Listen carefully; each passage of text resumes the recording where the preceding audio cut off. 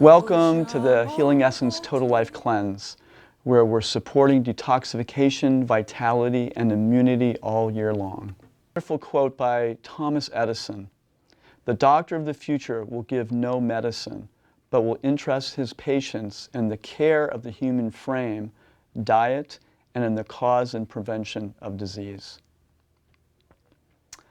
I'd like to go over the basic TLC Cleanse Principles. First of all, it's very important that we don't think of doing the cleanse in a mood of trying to be perfect, but we want to do our best. Try not to be perfect. When we act out of perfection, the problem with that is we do it perfectly for a while, then pretty soon we let it all fall apart. Just do your best. The cleanse has a lot of different principles, a lot of different recommendations, but I would like everybody to think of these as tools, but not rules. In one sense, we're asking you to do it all, but the truth is nobody does it all, or very rarely does anyone really do it all. When you're doing the cleanse, whether it's in a group, in person, or when you're doing it online, in an online virtual community, try to have a very supportive mood for everybody. What I recommend is when you hear somebody and they have a particular goal, actually send them a positive thought. Empower people rather than judge them. It creates a much better energy for both yourself and for others during the cleanse. Take risks. There's going to be some things that are going to be a little bit uncomfortable. You got to go to your edge when you're cleansing. I don't mean push beyond it if something doesn't feel right, but go to your edge. Experiment, explore your edges. What I mean by that is notice your attachments and your aversions. Sometimes things that we're most attached to, maybe the person who's really attached to coffee or to alcohol or to ice cream or whatever it is, or even dairy of some form. Letting go of those things can be the most powerful, important things for the cleanse. Also, there's going to be certain things that we recommend during the cleanse that you have an aversion to. Your aversions often have a lot of power. For instance, we do a liver flush in the spring, summer, and fall cleanses.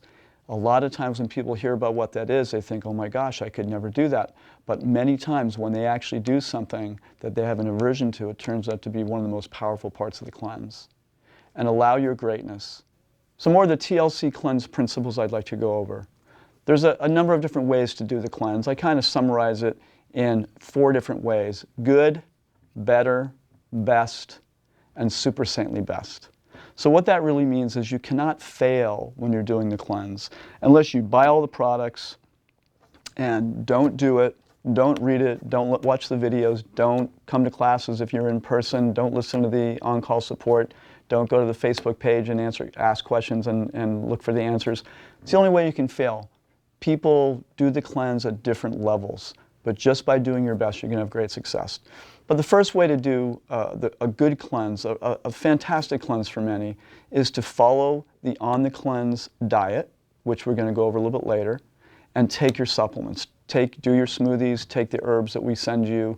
You do that, you're going to have a really good cleanse.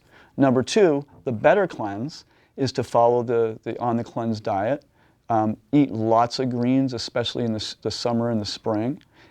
Take your supplements. And add conscious eating, which is a really important part of the cleanse. We're going to go over that in a little while too. And do your daily practices, which we call sadhana. You will hear the word sadhana quite a bit. When you do that, it brings the whole level of the cleanse to a whole other realm of cleansing and detoxification for both body, mind, and spirit. The best cleanse is to, again, follow the diet, eat lots of greens, take your supplements, do conscious eating, eat an abundance of raw soups and raw foods, especially in the spring and summer, and do your daily practices or sadhana. And then the super saintly best, we kind of joke about that, but again, doing everything, doing the on the cleanse diet, eating lots of greens, take your supplements, do conscious eating, do the sadhana. In this case, you could go 100% vegan, support each other, cook for each other, meditate with each other, whether it's in person or in a virtual way. And for best results during the cleanse, consider the cleanse as an opportunity to heal, nurture, and reset yourself, even though your days may be busy. This is very different than if you're going to a retreat. Okay. Retreats are wonderful, and there are wonderful opportunities to really balance out. But the cleanse that you're doing right now is an opportunity to bring these principles into your daily life. Sometimes during a retreat, you go away and you come back, and it's really hard to integrate, and it feels like you've lost everything. If you can learn to do some of these practices and principles in your real life, it can be and have an impact on your entire life, for the rest of your life. So create a cleansing space for your life. As much as possible, slow down. And I literally mean slow down your movements. Taking a breath as you move through your day is one of the most powerful things that you can do during the cleanse. It sounds extremely simple, but as we will discuss later, the power of breath is extremely important. So slow down. That means when you walk into your car in the morning, rather than rushing, thinking that you'll get to work 10 minutes faster if you run to the car, walking to the car and breathing while you're walking to the car, you'll get there maybe 3 seconds later than you would have without starting that internal racing. So slow down your life as much as possible. Simplify your schedule as much as you possibly can.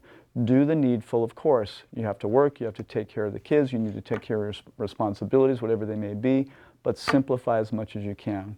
Stay at home or spend lots of more time in nature as much as possible. Avoiding crowds or overstimulating environments as much as possible.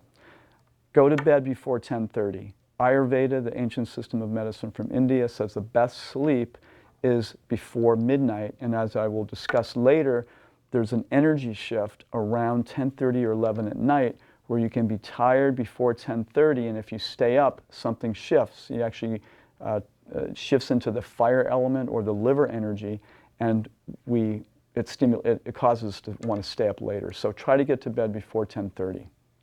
Number 5, find quiet time in nature and spend quiet time in nature. Nature is a very healing environment. It's one of the most balancing things we can possibly do.